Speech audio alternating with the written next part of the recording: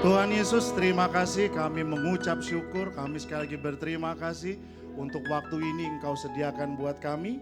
Engkau setia menyediakan hari seminggu kemarin, saat ini dan yang akan datang.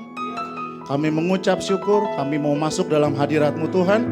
Di dalam nama Tuhan Yesus Kristus kami mengundang hadirat-Mu turun masing-masing pribadi atas kami. Di tempat ini, di gereja ini, di rumah-Mu ya Tuhan. Kami mau merendahkan diri di hadapan-Mu Tuhan. Kami mau buka hati, selidiki hati kami. Remukanlah hati kami yang keras. Masuklah firman Tuhan ke dalam hati kami. Ubahkan hidup kami sehingga kami boleh berbuah. Tidak hanya untuk kami sendiri, keluarga kami dan juga masyarakat. Kami mau berserah, kami mau menundukkan diri di bawah tangan-Mu yang kuat Tuhan. Sebab pada waktunya Tuhan, Tuhan akan meninggikan kami. Di dalam nama Tuhan Yesus Kristus kami berdoa dan mengucap syukur. Mari bersama-sama kita katakan amin. Silakan duduk Bapak Ibu. Haleluya. Ya. Wow, haleluya. Haleluya. Saya mau sapa dulu Bapak Gembala kita. Shalom, Pastor Daniel dan Ibu Gembala. Dan juga hamba Tuhan ada Pastor Ferry, ada Pastor Evi, Pastor Semi. Puji Tuhan. Saya agak mau menenangkan diri dulu. Karena Bapak Ibu merasakan hadirat Tuhan ya. Bukan karena musik, bukan hanya saja karena musiknya bagus. Amin. Karena kerasa kok kalau orang bermain musik dari dalam hati, betul ya, saya sebutnya tim praise and worship. Kalau di Alkitab tuh imam pujian, jadi imam. Itu akan betul terimpartasi dalam jemaat dan saya ngerasakan luar biasa. Gitu.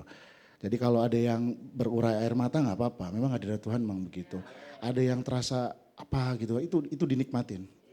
Berarti artinya Tuhan mau masuk, jangan ditahan. Oke? Oleh karena itu Bapak Ibu sekalian, saya selalu punya pembuka adalah Bapak Ibu kuatkan hati ya. Betul, karena firman Tuhan itu tidak mengintimidasi Bapak Ibu, tetapi memperingatkan, mengajar. Kalau terasa kok nggak enak ya, kita harus kuatkan hati. Tuhan mau bicara apa? Gitu. Karena saya sebagai manusia tidak bisa pakai hikmat manusia, tapi hanya hikmat dari Tuhan. Amin. Sekarang Bapak Ibu siap semua ya untuk buka hati.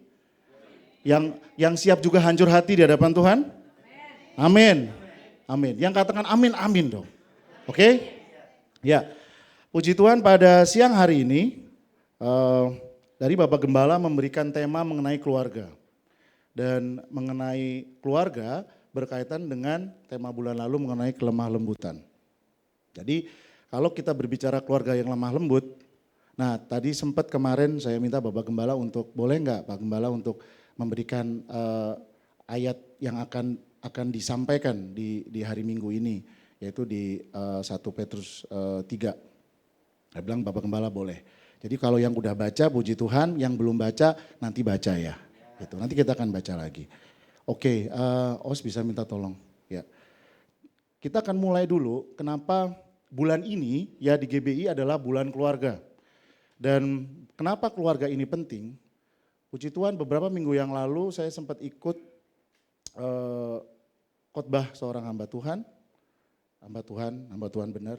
Dan memberikan ilustrasi yang berdasar pada firman Tuhan. Ternyata bahwa Tuhan itu mengawali sekian hari penciptaan itu dimulai dengan keluarga menjadi salah satu aspek yang penting. Seperti yang di Kejadian 1 ayat 7-28. Kalau Bapak Ibu mau buka silakan. Yang bawa Alkitab bawa boleh, yang buka di HP. Kejadian 1 ayat 27-28, ini saya belum masuk ke dalam inti apa yang akan firman Tuhan disampaikan. Tapi keluarga itu dibentuk pasti dari laki-laki dan perempuan. Jadi itu adalah nilai yang gak bisa ditawar. Bukan laki-laki dan laki-laki. Kalau joknya salah satu hamba Tuhan tuh bukan Joko dengan Tono. Ya, tapi Joko dengan Kartini misalnya gitu. Sarah jarang soalnya namanya Kartini. Kalau Joko mungkin ada Pak Joko di sini. Halo Pak Joko ya. Jadi keluarga itu penting. Kenapa? Karena kalau Bapak Ibu baca di ayat berikutnya, setelah ada manusia adalah pria dan laki-laki dan perempuan, dilanjutkan dengan beranak cucu. Betul ya?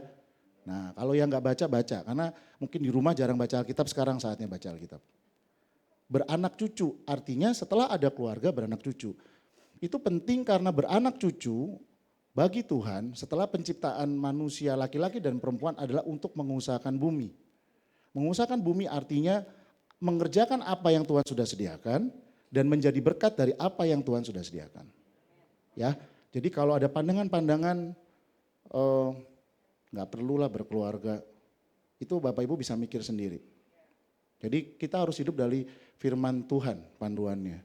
Kemarin saya hari Minggu saya sempat ada acara di Karawaci, acara kedokteran, terus kemudian oh ya Bapak Ibu udah kenal saya semua lah ya, ada namanya tadi ya, saya Petra gitu. Saya lupa karena kadang-kadang inilah puji Tuhan enaknya gereja keluarga ya. Saya merasa kenal semua atau semua kenal saya gitu. Jadi ada acara di Karawaci dan saya diminta untuk memberikan penyuluhan kesehatan di Pondok Kopi. Terus saya kan nggak tahu ya Pondok Kopi itu di mana. Betul, saya bukan anak Jaktim. Mungkin Pastor Revi anak Jaktim. Saya cuman utara barat gitu. Kadang-kadang selatan karena macet. Saya menyalakan Google Map. Pasti Bapak Ibu juga nyalakan Google Map kalau nggak tahu. Dan saya percaya aja. Saya tulis 73 kilometer. Ini lewat mana ya? Ternyata saya diputer. Tapi menurut Google Map itu yang paling cepat. Jadi Bapak Ibu, kalau Bapak Ibu punya masalah detik ini, kemarin dan yang akan datang, nggak usah bingung lihat firman Tuhan, titik. Jangan pakai panduan-panduan lain. Firman Tuhan dibuka, makanya baca Alkitab. Nggak apa-apa, saya juga belum tamat. Nah, jadi kalau ada yang belum tamat jangan khawatir, yang di mimbar pun belum tamat. Karena maju disuruh mundur lagi, maju suruh baca lagi. Gitu. Jadi panduan firman Tuhan. Nah sekarang kita mau gunakan panduan itu sebagai hidup kita ya, firman Tuhan. Oke, jadi udah poin 1, keluarga itu penting karena sejak penciptaan begitu. Nah semoga ini berjalan. Oke, next slide aja host. Terus kemudian lemah lembut, tadi kan lemah lembut dalam keluarga yang lemah lembut. Lemah lembut itu ternyata adalah buah roh. Buah roh itu bukan jumlahnya 9 Bapak Ibu ya, satu buah isinya 9. Salah satunya di Galatia 5 ayat 22 sampai 23, boleh dibaca, yang punya HP pasti lebih cepat. Lemah lembut itu buah roh. Dan namanya buah roh, seperti kita bilang bahwa ini pepaya karena berasal dari pohon pepaya. Enggak ada ceritanya pohon pepaya keluar buah mangga. Jadi artinya kalau namanya buah roh, kalau kita mau lemah lembut dan mau kita terapkan dalam keluarga, berarti di dalam diri kita harus punya Roh Kudus. Ya. Jadi lemah lembut di dalam beberapa khotbah hamba Tuhan itu di dalam teksnya itu ditulis kita nggak bisa mengusahakan sendiri lemah lembut. Karena ini adalah hasil dari Roh Kudus. Yang bisa kita lakukan sebagai manusia adalah minta pertolongan Roh Kudus.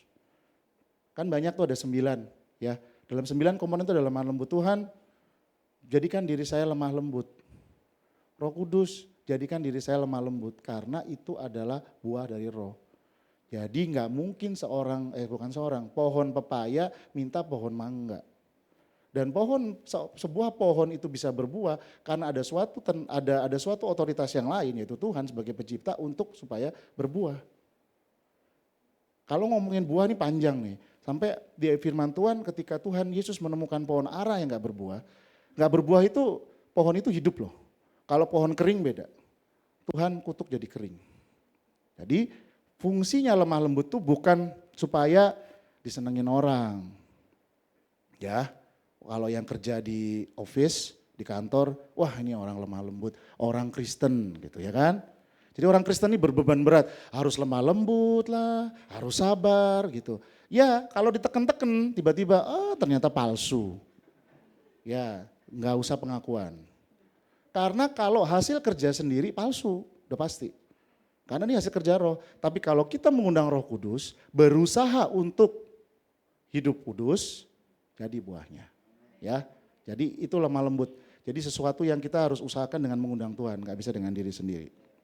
Oke, sekarang next. Kita mau baca dari 1 Petrus 3 ayat 1 sampai 7. Ini tentang keluarga yang lebih spesifik.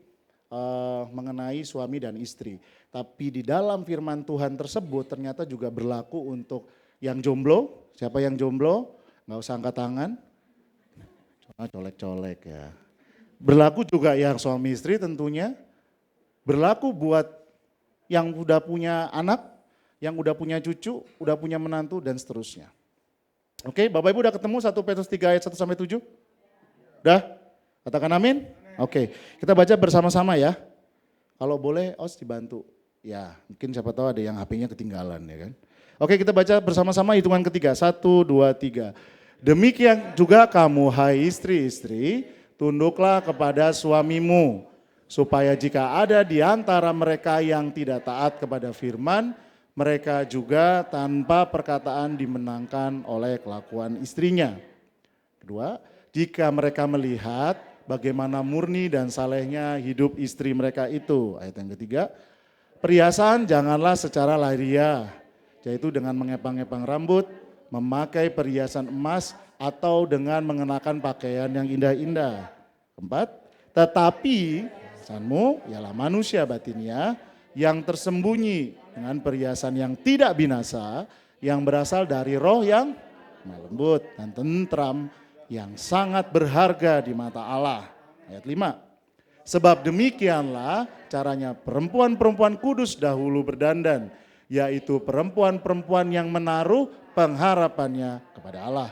Mereka tunduk kepada suaminya. Ayat 6. Sama seperti Sarah, taat kepada Abraham dan menamai dia tuannya. Dan kamu adalah anak-anaknya jika kamu berbuat baik dan tidak takut akan ancaman. 7. Demikian juga kamu, hai suami-suami, hiduplah bijaksana dengan istrimu sebagai kaum yang lebih lemah, hormatilah mereka sebagai teman pewaris dari kasih karunia, yaitu kehidupan, supaya doamu jangan terhalang. Demikianlah firman Tuhan. Ini saya berat ini, saya sempat cerita, kebetulan kakak saya juga seorang pendeta di sebuah gereja, saya bilang ini berat loh ya. Karena saya berkeluarga, kalau saya single mungkin agak ringan, ya kan? Nanti dilihat, oh banyak ngomong ini gitu. Tapi saya puji Tuhan, saya diproses selama 1 minggu ini, Bapak Gembala. Luar biasa, jadi ibaratnya orang bilang meresapi ya. Kalau makan itu pelan dinikmatin tuh enak gitu. Itulah firman Tuhan. Karena firman Tuhan itu adalah makanan bagi roh kita. Dan ini adalah makanan Roh Kudus. Oke, next slide. Nah, saya slide-nya bikin yang simpel-simpel supaya Bapak Ibu nggak terdistraksi dengan itu. Ini kelihatan sedikit tapi ngomongnya bisa, ini ada berapa tadi? 1, 2, 3, 6. 6 masing-masing 20 menit, jadi ya 2 jam. Bapak Ibu siap? Siap betul ya? Ya sudah, haleluya. Tapi memang kalau firman Tuhan pasti ada suatu berkat dan ada sukacita, nggak pernah capek. Oke, yang pertama tadi berbicara tentang ayat yang pertama tentang penundukan diri. Di sini secara spesifik ngomongnya istri-istri. Jadi ya secara firman Tuhan istri-istri. Siapa yang istri-istri di sini? Ya tunduk ya. Saya udah cari akar bahasanya, tunduk adalah tunduk. Tunduk adalah taat. Malah submisif. Jadi sub itu ya ibaratnya kalau orang nunduk, nunduk ya nunduk. Nunduk begini, bukan begini. Cuman problemnya ya kalau suaminya bagus, kalau suaminya sebut sendiri, ya ibu-ibu lepaskan kepahitan. Ya saya juga pernah kepahitan, makanya ini saling menguatkan, oke? Bukan tanda kutip mengkhotbahi, saling menguatkan, lepaskan itu. Ini gimana? Solusinya puji Tuhan, Tuhan kasih. Yaitu adalah kenapa ibu-ibu, istri-istri ini harus hidup benar? Karena telah diprediksi ketika firman Tuhan ini disampaikan bahwa supaya jika ada di antara mereka, mereka itu siapa? Oh suami, yang istri bilang suami, yang istri bilang, yang bapak-bapak bilang istri saya nih yang tidak taat. Enggak, konteksnya adalah suaminya enggak taat. Jadi bapak-bapak dan juga saya kecenderungan tidak taat itu sudah diprediksi oleh Tuhan. Oke, firman Tuhan berkata demikian loh ya, bukan saya loh ya. Kalau mau nanti coba cari akar bahasanya segala macam, yang disebut mereka itu adalah suami. Jadi tugasnya istri adalah tunduk. Tapi kalau tunduk sama suami yang gak benar, Tuhan kasih jawaban. Tetap kerjakan itu. Tetap tunduk sama suami, tetap berusaha hidup benar dalam firman Tuhan, supaya suaminya itu menjadi mulia karena istrinya. Amin. Yang amin siapa yang amin? Keras. Amin. Istri-istri ya, ibu-ibu. Ini ada ibu gembala kan juga istri ya kan. Di situ ada istri saya, Dr. Kori.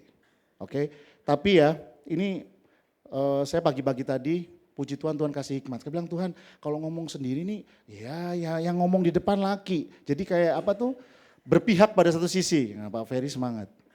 Wah ya jelas laki-laki ngomong, ya ini ayat nih tunjuk. Nanti tadi pagi Pak Gembala menyampaikan dari sekian cuma 2 untuk suami. Tapi hati-hati, ini ada yang sangat bagus dan Tuhan itu tidak akan bisa dipermainkan. Nah percaya cari deh.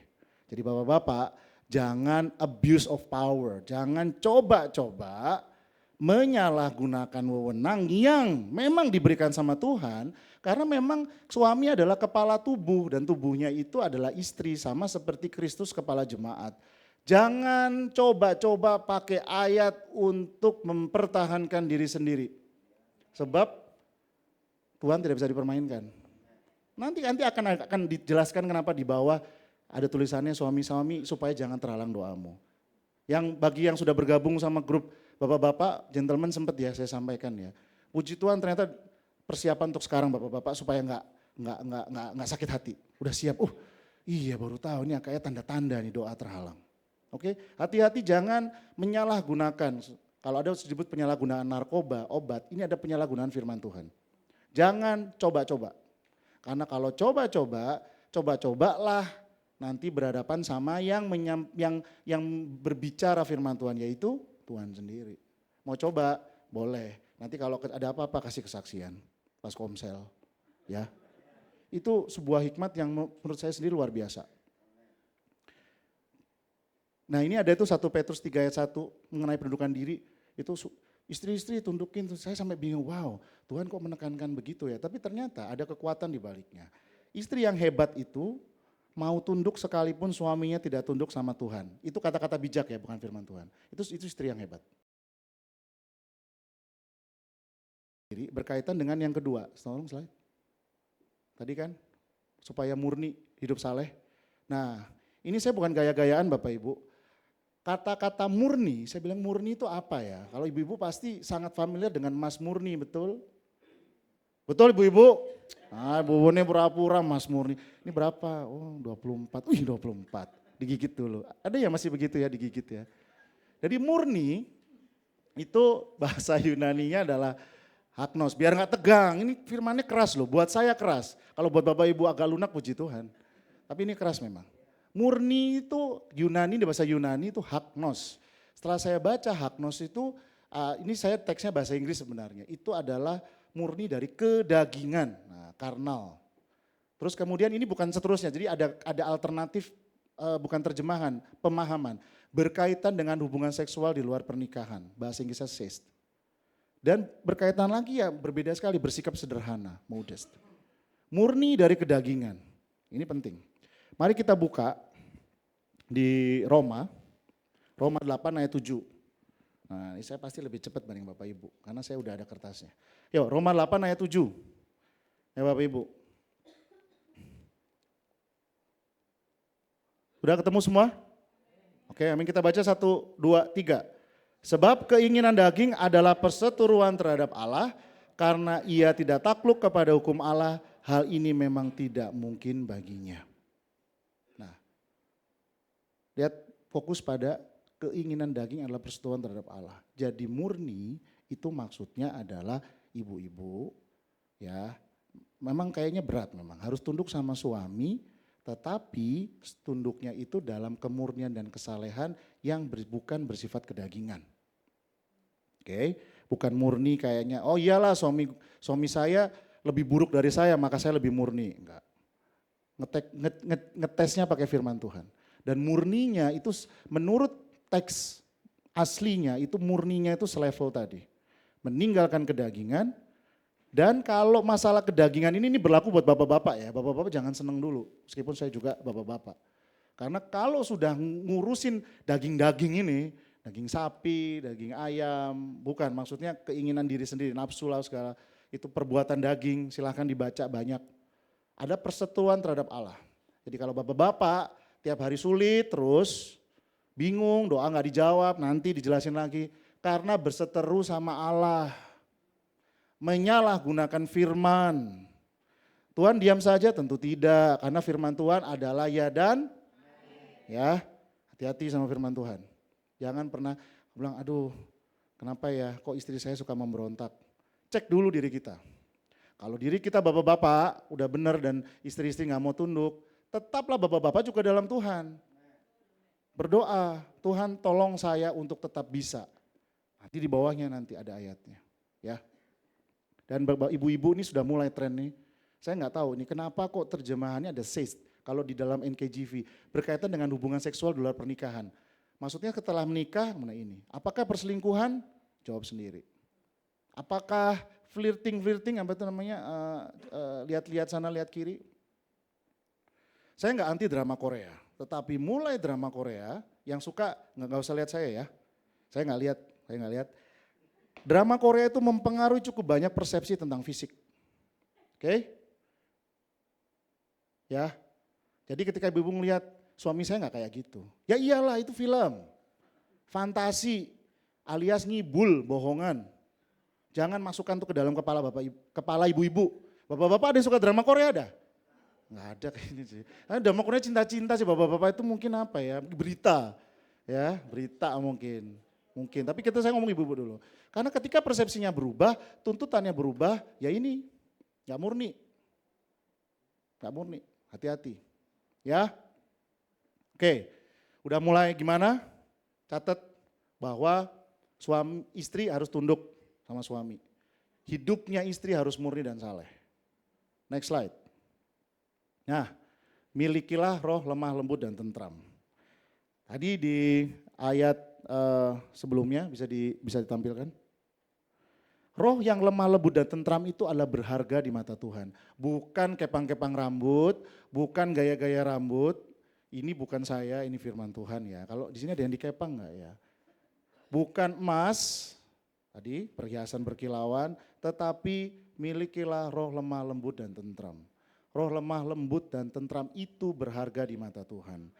Sekarang ibu-ibu mau yang berharga di mata dunia, di mata orang atau di mata Tuhan? Betul ya? Ini bukan saya yang dengar, Tuhan juga dengar loh. Jadi kalau bapak ibu, kalau ibu-ibu, ini ibu-ibu dulu karena firman Tuhannya kan ibu-ibu, istri-istri maksudnya. Ya, milikilah roh lembut, bolehlah.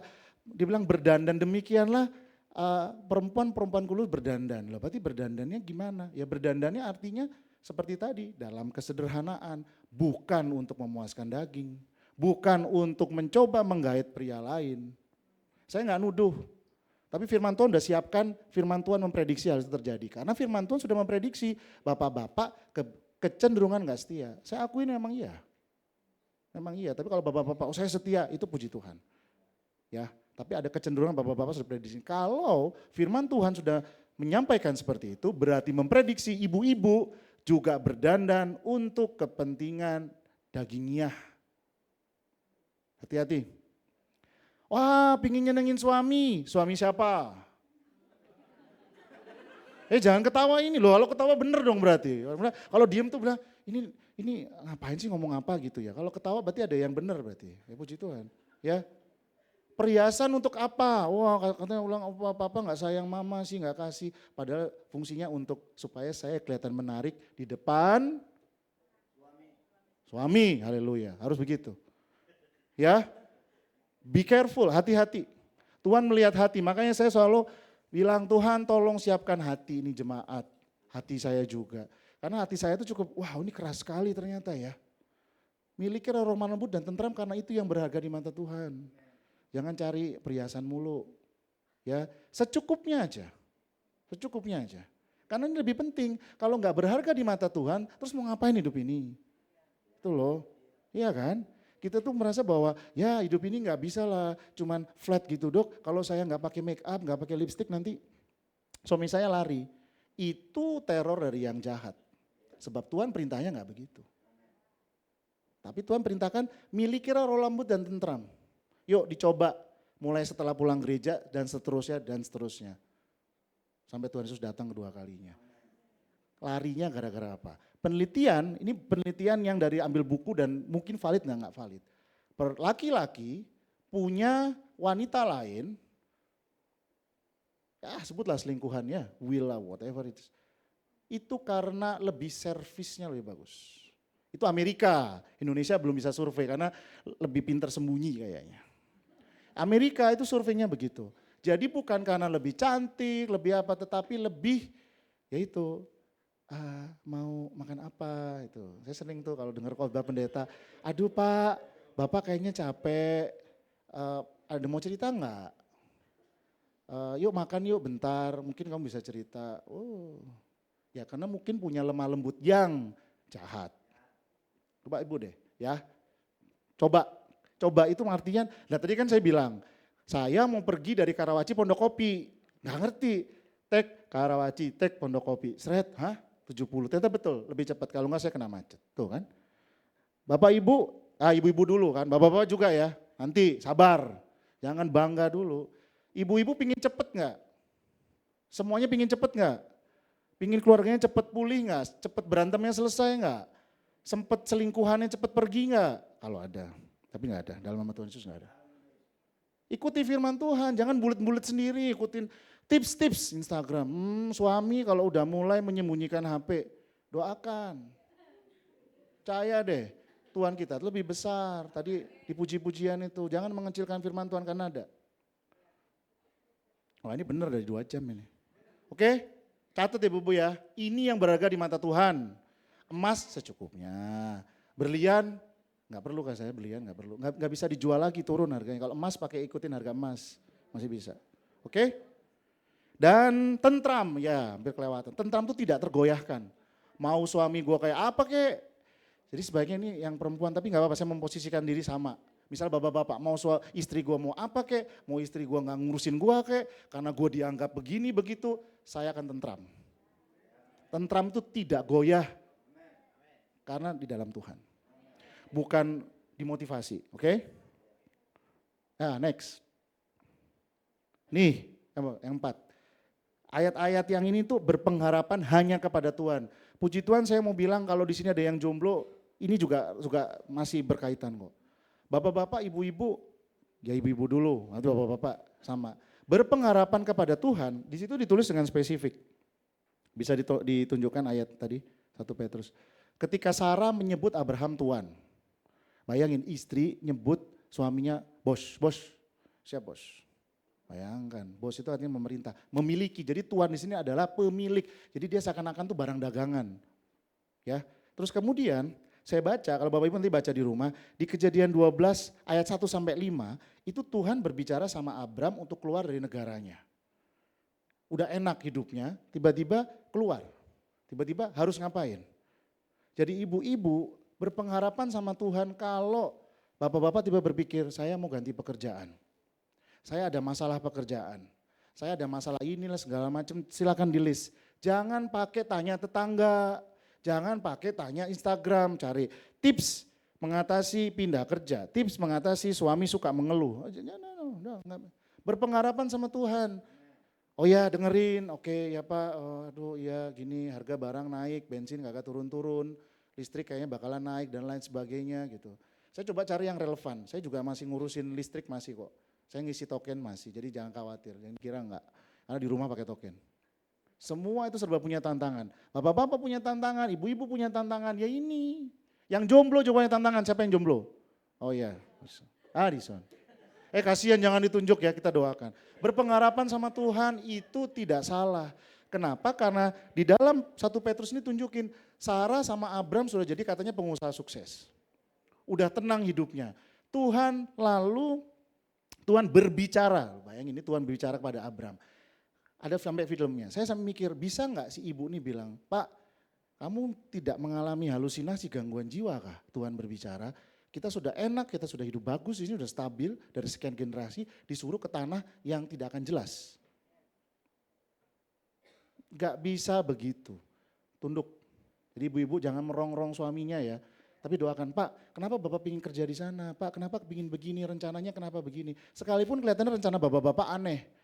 Bu, kayaknya beli motor lagi deh, hah yang kredit cicilan belum selesai. Kenapa? Karena begini, begitu.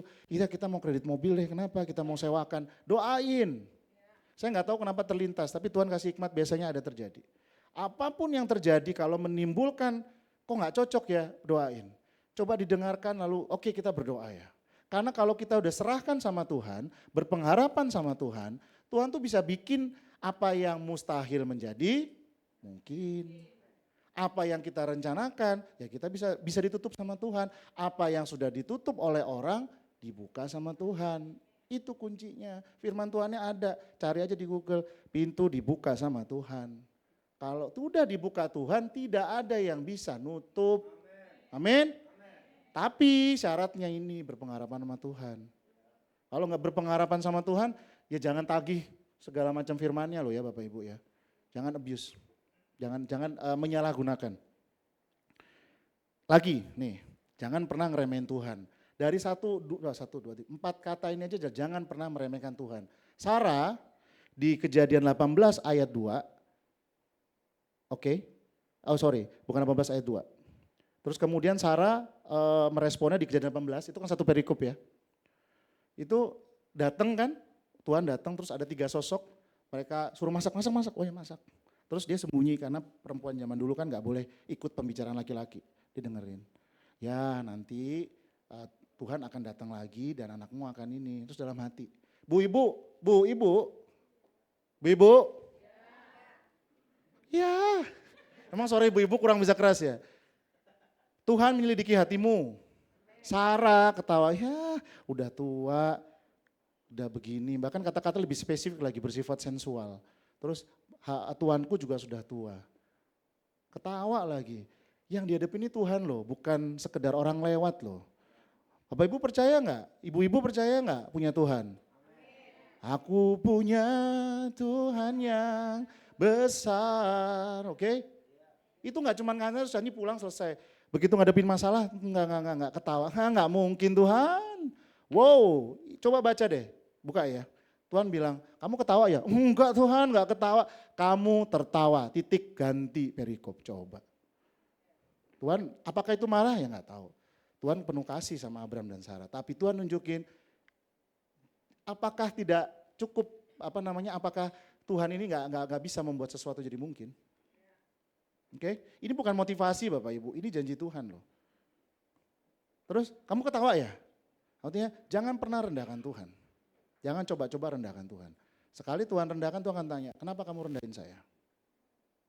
Ya nggak mungkin lah Tuhan gitu. Oh wow, kita mau hidup dalam hukum Tuhan ya. Amin ya.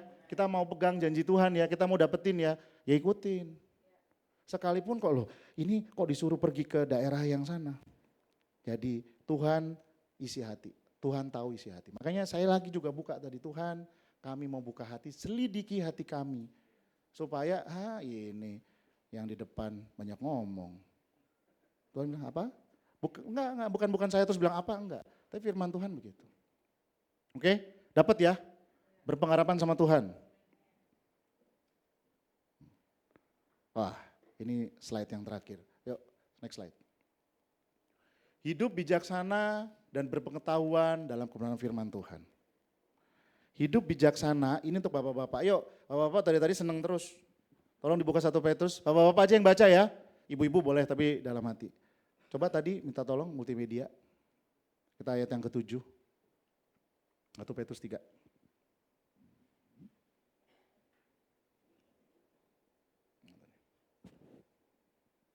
Bisa ya? Oke. Ayo mari kita baca bersama-sama, 1, 2, 3. Demikian juga kamu hai suami-suami, hiduplah bijaksana dengan istrimu sebagai kaum yang lebih lemah. Hormatilah mereka sebagai teman pewaris dari kasih karunia, yaitu kehidupan supaya doamu jangan terhalang. Oke. Sekarang saya berbicara bapak-bapak, ibu-ibu silahkan ikutin. Bapak-bapak, hidup bijaksana. Apa bijaksana? Pintar? Enggak. Bijaksana itu asal katanya lebih ke arah mengerti sebenarnya apa yang sedang terjadi. Wisdom. Lebih masuk lagi dapat hikmat. Dapatnya dari mana? lihat Instagram, dengerin, gue kalau punya istri, saya punya istri, ngomel banget gimana, oh lu kasih aja duit banyak-banyak. Begitu solusinya, Bapak-bapak? Enggak. Oh ya ulang tahun, ya cari deh gini, kasihlah apa, perhiasan lah apa gitu. Akhirnya sampai ngutang. Apakah begitu? Bijaksana itu hikmat. Hikmat dari mana? Minta Tuhan. Tuhan berbicara lewat firman Tuhan. Gimana sih ngadepin istri yang begini Tuhan? Kita kan sekarang udah punya Google. Itu saya sih bukan mengajarkan cara yang salah, tapi kalau bapak-bapak nggak ngerti, kalau nggak bisa sih datang ke Pak Gembala, Ibu Gembala, Pastor Revi tanya, ini gimana ya firman Tuhan yang membuat saya lebih bijaksana? Ya semua firman Tuhan. Baca Mazmur dan Amsal. Amsal dulu. Amsal itu berasal, saya sampai belajar begitu, ini kenapa namanya Amsal. Itu asal katanya dari bahasa Arab dan Ibrani, artinya mengajar, peribahasa, pepatah yang intinya ngajar. Jadi kalau Bapak Ibu bingung, Bapak-bapak bingung, baca Amsal, baca Mazmur. Oke? Supaya ngerti ini gimana ngadepin masalah nih, pekerjaan. Masalah dalam konteks ini, terus yang single-single nih, ini jodoh gua bukan, jodoh saya bukan. Baca firman Tuhan, nggak usah pakai tanya orang. Nah ini lebih keras lagi, Yeremia 10. Terkutuklah orang yang mengandalkan dirinya sendiri dan manusia. Terkutuk. Terkutuk tuh ya apa ya, Yesus nggak perlu dijelaskan lah terkutuk gitu ya kan. Andalkan firman Tuhan. Waktu-waktu nggak banyak. Waktu kedatangan Tuhan Yesus katanya dinubuatkan semakin dekat. Ya dekat mau jauh enggak, hidup kita sekarang detik ini nih loh. Sekarang jam 12 lewat 20. Oke? 25. Enggak usah mikirin nanti gitu. Kerjakan sekarang kebenaran firman Tuhan. Jangan, maksudnya begini, bukan berarti enggak tanya orang, enggak. Kita boleh tanya hamba Tuhan. Tapi kita tanyanya itu bukan langsung bawa kosongan gitu. Ini supaya ketika firman Tuhan ini firman Tuhan menurut saya kayak begini ya, menurut kamu gimana? Enggak gitu. Nah kita bisa ngecek ini orang yang kita ngomong bukan hamba Tuhan ya, tapi orang lain, tetangga apa segala macam, hikmat-hikmat dunia, buku-buku segala macam tuh. Apakah berdasar dari firman Tuhan apa enggak? Karena itu tadi balik lagi ke Google Map dan Google Map. Panduan kalau mau jalan Google Map, Waze. Panduan hidup ya firman Tuhan. Titik. Jadi kalau ada masalah bagi yang jombloan dan jomblowati, tanya firman Tuhan. Kapan nikahnya, bener apa enggak? Ini orang bener apa enggak? Yang sudah punya ibu-ibu yang punya suami, ini suami enggak bener-bener, ini kenapa? Apa yang harus saya lakukan? Yang bapak-bapak, ya saya udah hidup bener, saya udah berusaha firman Tuhan, tapi istri enggak sadar-sadar. Masih aja merongrong gitu. Sebagai kepala, saya kepala loh, tubuh Kristus loh, kepala keluarga loh. Be careful. Terus kita berlindung firman Tuhan, terus kita semena-mena ya bapak-bapak ya, ini karena udah bapak-bapak nih. Tapi bapak-bapak, ibu-ibu, anak muda, hidup dalam kebenaran firman Tuhan. Titik. Supaya, ini kalau secara spesifik, supaya doamu jangan terhalang. Bapak-bapak doanya apa? Ya ini karena bukan komsel nggak bisa dua arah. Tapi ya doamu kok kayak nggak, jangan doa Tuhan saya mau cari istri baru. Tuhan ini istrinya kenapa nggak diselesaikan aja Tuhan. Karena kalau saya cari istri baru berzina, tapi kalau istri saya meninggal kan nggak berzina. Ada yang begitu loh. Saya sampai, ya ini kok ngeklaim firman Tuhan kok gini, belum tahu urusan sama Tuhan. Mau nagih janji Tuhan tapi main-main sama urusan Tuhan, ini menyalahgunakan. Ibaratnya nih Bapak Ibu, ini apa ya, ini mic nih, kan bisa buat nyanyi kan. Terus lagi ada mic gitu di rumah, kebetulan punya karaoke misal. Oh istrinya bawel dilempar, lempar lo. Sepatu bagus-bagus baru beli, apaan lo diem lempar. Sabuk fungsinya untuk mengencangkan supaya nggak melorot, apa lo. Apalagi kursi, sebutin, piring terbang, UFO. Ya ampun, jangan ya, bapak-bapak bijak ya. Saya nggak tahu lah apa yang terjadi, saya nggak pernah dengar apapun. Ini